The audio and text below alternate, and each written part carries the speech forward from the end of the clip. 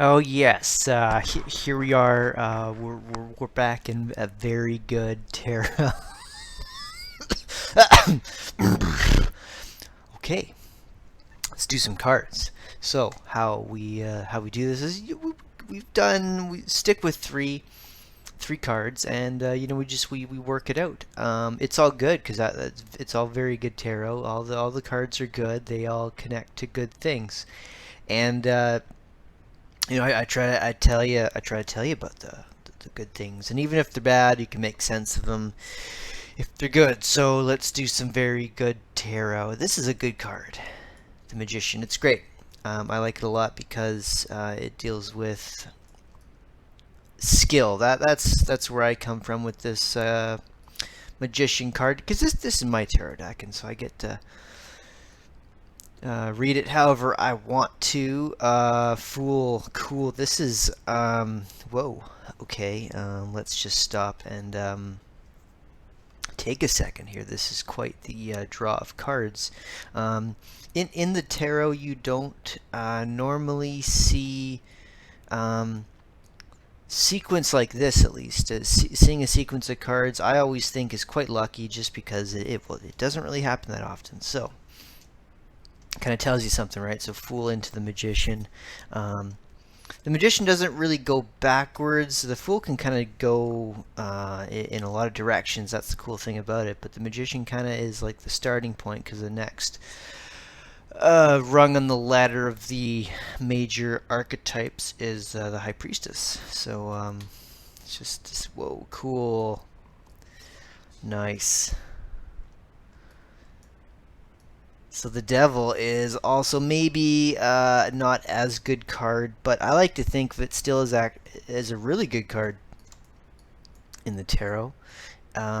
Mainly because it deals with like the human condition. It's like it's one of the handfuls of cards that kind of really talks about like what it means to be um, human, like the balance of like the divine masculine and feminine, the good and bad that comes with it, and the things that shackle you to your own existence. A lot of it, I feel, is a warning. The Devil is like a good warning signal to, like, really deal with self-regulation. Um, so that's kind of the message that's come out here. When you draw the tarot cards, it's very good to like rearrange the cards. Like, a beginner's trap in tarot reading is to get caught in card spreads. That's how I got stuck a little bit when I was first reading tarot cards. It's good because sorry, it's good and bad. That's what I meant to say. It's like the card spreads are great because when you don't have any knowledge of the tarot, it gives you the structure. It allows you to work with the cards in an easier way. But when you get to know the cards really, really well, they can reveal more to you when you break out of the card spread, and you realize that there's no card that's very bad or very good, because they all kind of connect in nice cycles. So when you start to play with the cards and move them around like so, and play with the order, you get to really see a bigger picture of the cycle that the cards kind of create for themselves in this like closed loop, right? So if we loop back in here, you've got the Fool, that's like, the impressionable energy that's kind of been newly reborn after experiencing the universe and like going up a level of consciousness, right? The Fool is always in that infinite state of like rebirth, starting off on that new quest, right? With all of this skill just locked in the subconscious, right? But the Magician is the first step of being able to unlock bits and pieces of that skill. But as you go along like the hero's journey, right? Once you start playing with that, you've got all these stages of development and these challenges to overcome. And the Devil is the 15th card of those series of challenges, right? So the Devil really starts to ask you hard questions about yourself. How well are you balanced? Like, what are the things that are kind of weighing you down, right? Because if you consider the devil on the other tarot cards, not just this tarot deck, it's got imagery that can prompt you to ask certain things. Fortunately, in this tarot deck, this is my tarot deck, and it's great because like I get to use it free.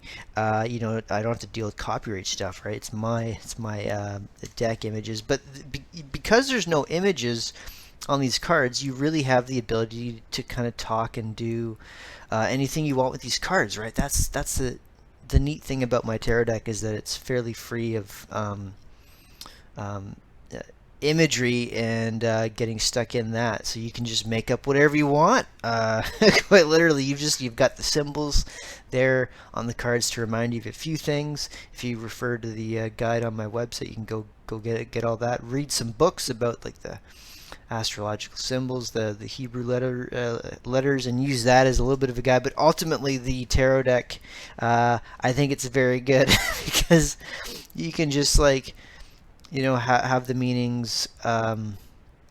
You get to work with the meanings in whatever way you like, and so that's how I read these cards. Along with the devil, is it's more like a warning. But let's like reorder it that way a bit, maybe. See, like it starts to give you different messages. Like you're a fool. You start off with like you don't know what you don't know. You have like some sort of like you see the devil along the path. It's like a warning. You're like, ooh, okay. But then all right, cool. I'm gonna go be a magician, be skillful, learn all my elements, learn everything I need. And go that way. Or you've got like maybe the devil kind of starts you off and gives you that warning, and then oh well, I don't know anything, so you don't really understand the devil's message, and then you can go out and be a magician, be skillful, but then cycle back into the devil. It's whatever its warning is, and oh hey, I'm just carefree here. Oh, gotta learn skills, and you go in that cycle, right? And so it's just an order. When you rearrange the order, you get to kind of see how different that cycle is. So this is probably the best way to organize the cards here. So this is like almost like I'm trying to give you like a tarot reading lesson as well in this reading of a very good tarot.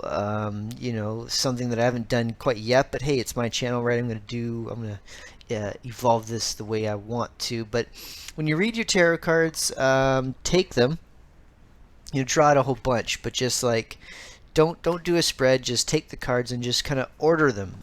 Put the minors into order, and then put them in order for your majors, and just kind of see what happens because of that. And then each one kind of maintains its own closed cycle, like when you deal with your suits and stuff, and then they can all connect in other ways too. The cool thing about the PathandTarot deck is its colors, right? So you'll see some of these colors appear on other cards. So hence the connection to the other cards of the tarot. So that may not be obvious for other decks, but that's kind of one of the hidden features of this deck, and why there's no images, just symbols, right? So you get to do tarot readings, by the numbers, paint by the numbers in a way. You've got the bits and pieces that you just put together and play with it. Okay, so that's good. We've seen the devil. Haven't seen it in a while. So that was a very good tarot reading, and hey, I'll see you in the next video. Okay, bye.